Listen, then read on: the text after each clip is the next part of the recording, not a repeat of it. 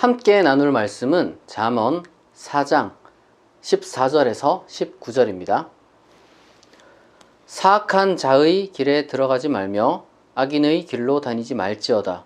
그의 길을 피하고 지나가지 말며 돌이켜 떠나갈지어다. 그들은 악행을 행하지 못하면 자지 못하며 사람을 넘어뜨리지 못하면 잠이 오지 아니하며 불의의 떡을 먹으며 강포의 술을 마심이니라. 의인의 길은 돋는 햇살 같아서 크게 빛나 한낮의 광명에 이르거니와 악인의 길은 어둠 같아서 그가 걸려 넘어져도 그것이 무엇인지 깨닫지 못하느니라. 아멘. 잠언풀이 5번째 시간입니다. 오늘은 폭력 혹은 공격성이라는 주제에 대해서 살펴보도록 하겠습니다. 이 공격성이라는 것은 신체적 또는 정서적으로 다른 사람에게 어떤 해를 입히려는 그런 어떤 행동의 이제 근원이라고 할 수가 있을 것입니다.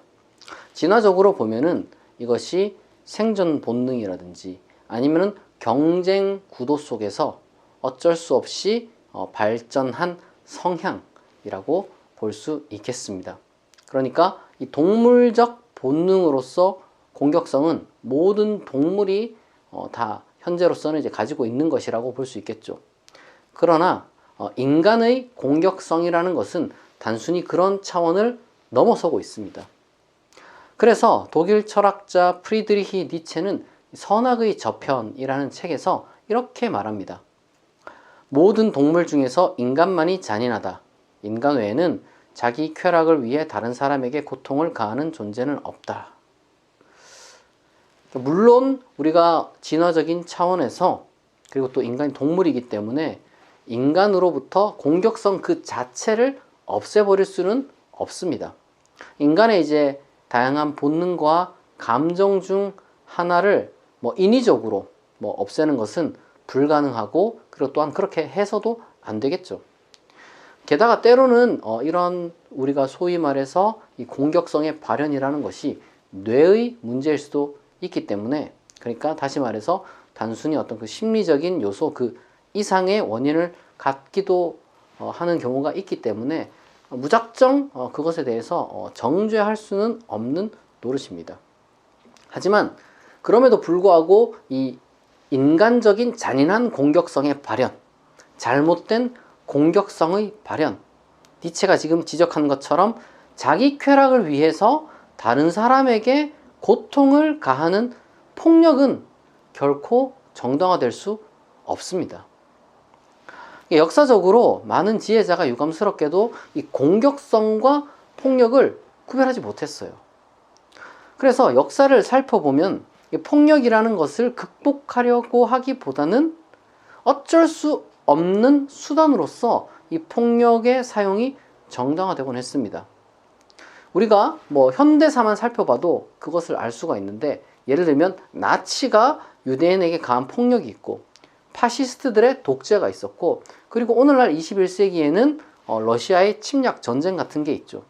그러니까 이런 것들만 보더라도 아직도 여전히 이러한 폭력이라는 것은 어쩔 수 없는, 그러니까 필연적인 수단으로서 자꾸 정당화되고 있다는 것을 우리가 알 수 있습니다.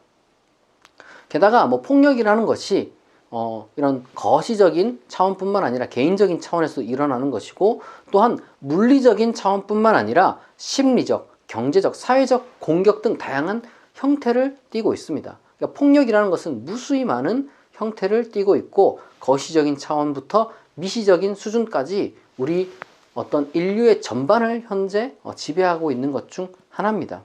따돌림이라든지 욕설이라든지 비하, 이런 착취, 모든 게 다 여러분 폭력입니다. 폭력. 그런데 중요한 것은 인간이라는 것이 공격성을 갖고 있기 때문에 이러한 것들도 필연이다, 어쩔 수 없다, 불가피하다 라고 말하는 것이 과연 진실일까요? 여러분, 전혀 그렇지 않습니다. 그러한 주장은 마치 반칙을 쓰지 않으면 스포츠는 불가능하다 라고 말하는 것만큼이나 엉터리예요. 우리는 이 교육과 문화를 통해서 무수히 많은 우리의 본능과 감정들을 다스려 왔습니다. 실제로 그렇게 다스릴 수 있는 힘을 또한 우리는 가지고 있습니다. 우리는 마음을 다스릴 수도 있고, 그리고 필요하면 제도도 만들 수 있습니다. 우리 인류 문명이 그렇게 해왔어요. 다만 이 공격성, 이 폭력이라는 것이 너무도 손쉬운 것을 가져다 주기 때문에 사람들이 자꾸 이제 정당화해 왔던 것이죠. 따라서 우리는 마음과 제도, 이 두 가지 측면에서 우리는 충분히 이 폭력을 통제하고 다스릴 수 있어야 합니다. 그러나 우리가 이 제도라는 것은 지금 여기서 만들 수 있는 것도 아니고, 그리고 또한 이 잠언풀이의 특성상 어떤 그 거시적인 차원을 다루긴 어렵고, 저는 개인의 차원, 그러니까 개인이 어떻게 이 공격성을 다스리고 그리고 폭력으로부터 벗어날 것인가에 대해서만 좀 집중하도록 하겠습니다. 우리가 이 폭력으로부터 벗어날 수 있도록 잠언이 주는 지혜는 정말 단순하면서도 명쾌합니다. 그게 뭐냐면은 바로 피해야 한다는 겁니다. 피해야 한다는 거. 오늘 읽은 잠언의 본문 전반부를 제가 다시 한번 읽어보겠습니다. 사악한 자의 길에 들어가지 말며 악인의 길로 다니지 말지어다. 그의 길을 피하고 지나가지 말며 돌이켜 떠나갈지어다. 여러분, 폭력을 사용하는 사람들은 우리 주변에 생각보다 너무 흔하게 있습니다. 그러나 여러분, 바로 그러한 폭력을 어떤 형태로든지 간에 정당화하고, 그리고 이제 이 폭력이 하나의 그 본성이 된 사람들과는 여러분 인연을 끊어야 합니다. 아무리 가까운 사이라 할지라도 여러분 그런 사람과 사귀면 안 돼요. 요즘 그 친구 간의 학교 폭력이라든지 연인 간의 데이트 폭력이라든지 심지어 가정 내에서의 가정 폭력 등 뭐 이런 것들이 정말 많습니다. 당연히 여러분 참여해서도 안 되고 방관해서도 안 되고, 그리고 또한 견뎌도 안 됩니다. 물론 인간이라는 것이 공격성을 갖고 있기 때문에 싸울 수는 있어요. 서로 싸울 수는 있어요. 그것까지도 우리가 이제 부정할 수는 없죠. 그러나 여러분, 폭력이 곧 천성이자 그리고 습관이 된 사람이 있습니다. 반복적으로 폭력을 수단으로 삼아서 문제를 해결하려고 하고, 그리고 또한 무엇보다도 이 폭력이 뭐랄까 이 서로에 대한 그 유의미한 어쩔 수 없는 차원에서의 어떤 그 상호 싸움 정도, 다툼 정도, 뭐 논쟁 정도, 뭐 이런 것이라면은 우리가 그것을 이제 건설적 경쟁 차원으로 승화시키면 되겠지만, 그런 것이 아니라 정말 완전 힘의 균형이 기울어진 상태에서 이제 폭력적인 관계로 가해자, 피해자로 여러분 맺어져 있다면 그러한 관계를 결코 지속해서는 안 될 겁니다. 그리고 또한 또 다른 차원에서 우리가 이제 폭력을 피해야 되는데, 우리가 정말 경계해야 될 게 뭐냐면 인간이라는 것이 이 모방하고 그리고 또한 물드는 존재라는 것을 우리가 기억해야 됩니다. 이 잠언은 이 폭력을 사용하는 사람들을 이렇게 묘사하는데요. 그들은 악을 행하지 못하면 자지 못하며 사람을 넘어뜨리지 못하면 잠이 오지 아니하며 불의의 떡을 먹으며 강포의 술을 마신다. 이렇게 되어 있어요. 사람이 이 폭력을 멈추지 못하는 이유는 이 폭력으로부터 얻는 그 쾌락에 중독되었기 때문에 그래요. 악인은 이 폭력으로부터 쾌락을 느끼는 사람입니다. 불의의 떡, 강포의 술을 마신다. 쾌락을 얻는다는 거죠. 이 폭력의 쾌락은 뭐 다양합니다. 약자를 지배한다는 어떤 심리적인 쾌락일 수도 있고, 그리고 약자가 자신 앞에 굽신거린다는 사회적인 쾌락일 수도 있고, 그리고 또한 약자를 착취함으로써 얻는 물질적인 쾌락일 수도 있습니다. 아니면 그저 그냥 자기 분풀이 뭐 그런 걸 수도 있는 것이죠. 그러니까 자기 스트레스를 풀기 위해서 폭력을 사용하는 그런 경우도 있는 겁니다. 그러다 보니까 이 인간이라는 것이 이 폭력 그 자체뿐만 아니라 이 폭력이 가져다 주는 쾌락을 막 동경하고 그러는 거예요. 폭력에 물드는 거죠. 폭력을 정당화하고 폭력을 추종하는 겁니다. 스스로가 폭력에 물들거나 아니면 폭력을 사용하는 사람들을 추종하는 그런 경우가 생겨나는 거예요. 이거는 어떤 그 힘의 균형이 기울어서 어쩔 수 없이 그에게 굴복하는 것과 또 다른 차원인 거죠.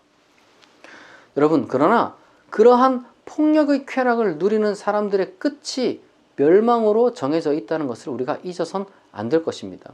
그런 사람들은 자신들이 누린 그 쾌락, 심리적인 차원, 사회적인 차원, 물질적인 차원에서 전부 다 여러분 망할 겁니다. 그들 앞에 펼쳐지는 그러한 인생은 어둠밖에 없습니다. 넘어져도 그들을 도와줄 사람도 없고 동정해줄 사람도 없습니다. 사실상 다시 일어설 수 없는 것과 다름없죠. 그에 비해서 의인은 비록 괴로운 시기를 겪을지라도 인생의 빛이 비추일 날만 남아있다. 이렇게 오늘 잠언은 이야기를 하고 있습니다. 의인의 길은 돋는 햇살 같아서 크게 빛나 한낮의 광명에 이르거니와 악인의 길은 어둠 같아서 그가 걸려 넘어져도 그것이 무엇인지 깨닫지 못하느니라. 이렇게 말을 하고 있습니다. 하지만 우리가 여기서 조심해야 될 게 있습니다. 이 폭력에 대응하는 법은 똑같이 폭력을 사용하는 것이 아니라는 거예요. 다시 한번 말씀드리지만 잠언은 어떻게 우리에게 하라고 명하느냐? 피하라고 얘기해요. 피하라고. 폭력은 여러분 정당화하고 동경하고 미화하는 자들을 통해서 더욱 강화된다고 말씀드렸습니다. 이 폭력에 대응하는 것도 마찬가지예요. 폭력을 여러분 없애기 위해서 아니면 폭력에 맞서기 위해서 똑같은 폭력을 사용하는 것은 잠언이 말해주는 지혜가 아닙니다. 하나님이 이 땅에서 정의로운 방식으로 이 지상에서 폭력을 사용하는 자들로 하여금 그 대가를 치르게 할 겁니다. 에스겔 25장 17절은 내가 그들에게 원수를 갚은 즉 내가 여호와인 줄 그들이 알리라 고 이렇게 말씀을 하십니다. 그리고 또한 이 잠언, 우리가 오늘 4장을 읽었지만 저기 한 24장에 가면 17절에서 20절에선 이렇게 우리에게 교훈을 주고 있습니다. 내 원수가 넘어질 때 즐거워하지 말며 그가 엎드러질 때 마음에 기뻐하지 말라. 여호와께서 이것을 보시고 기뻐하지 아니하사 그의 진노를 그에게서 옮기실까 두려우니라. 너는 행악자들로 말미암아 분을 품지 말며 악인의 형통함을 부러워하지 말라. 대저 행악자는 장래가 없겠고 악인의 등불은 꺼지리라. 우리가 이 행악자들, 악을 행하는 사람들, 폭력을 특히 사용한 사람들을 우리가 바라보면서 그들의 행위에 대해서는 단호해야 되겠지만 그들이 망하는 것에 대해서 우리가 즐거워하고 그리고 또한 그들을 짓밟기 위해서 내가 더 힘을 키워야겠다. 이러한 마음을 갖는 것은 우리 스스로에게 전혀 좋은 게 아닙니다. 게다가 간디가 이렇게 말을 했어요. 만약에 눈에는 눈, 이에는 이라는 이 법을 우리가 실천한다면 이 세상에는 이제 장님밖에 남아있지 않을 거다. 이렇게 이야기를 했어요. 예수님도 마찬가지입니다. 원수를 사랑해라고 말씀을 하셨어요. 그러니까 우리는 어쨌거나 이 공격성과 폭력을 구별하듯이 폭력에 대한 단호한 우리의 자세와 그리고 또한 폭력을 행한 사람에 대한 우리의 마음을 또 구별해야 됩니다. 행위에 대해서는 우리가 철저히 판단하되 인간에 대해서는 그러니까 인간으로서 대하는 마음마저 우리가 잃어버리게 된다면 우리도 폭력에 물드는 혹은 폭력에 빠져버린 사람이 되는 거예요. 그건 여러분 또 다른 의미로 폭력을 피하는 게 아니라 이 폭력의 또한 쾌락에 사로잡혀 버리는 거예요. 복수는 이 자살만큼이나 피해야 하는 수단이라는 것을 우리가 꼭 기억해야 됩니다.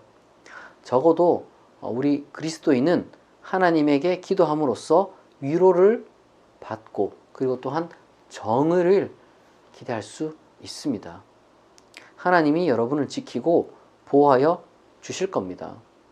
폭력을 사용하지 않는 우리들의 인생을 빛으로 인도해 주실 겁니다. 이 믿음을 갖고서 여러분 폭력에 굴하지도 않고 그리고 또한 폭력의 쾌락에 빠지지도 않는 폭력으로부터 해방된 지혜롭고 건강하고 행복한 그리스도인이 될 수 있기를 진심으로 축복합니다.